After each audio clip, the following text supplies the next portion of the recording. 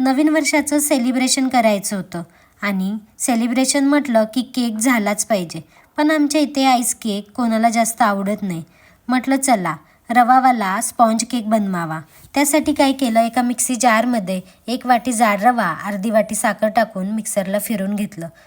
मग एका बाउलमध्ये 1/3 वाटी दही, 1/4 वाटी तेल, 1/2 कप दूध टाकून एकत्र मिक्स केलं आणि थोडं थोडं बारीक केलेला रवा टाकून एकत्र मिक्स केलं आणि झाकून 1 तास भिजायला ठेवलं.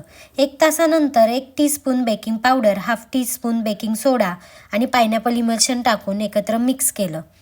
केक टिनला तेलाने ग्रीस करून सर्व बॅटर यात टाकून टॅप करून घेतलं आणि रव्याने कोट केलेले ड्रायफ्रूट्स वरतून गार्निश करून घेतले आणि पातेल्यात बेक करायला ठेवलं. अर्धा तासानंतर तयार झाला हा आपला मस्त स्पॉन्ज असा रवा केक. तुम्ही पण नवीन वर्षाचं सेलिब्रेशनसाठी असाच केक बनवला का? कमेंट करून नक्की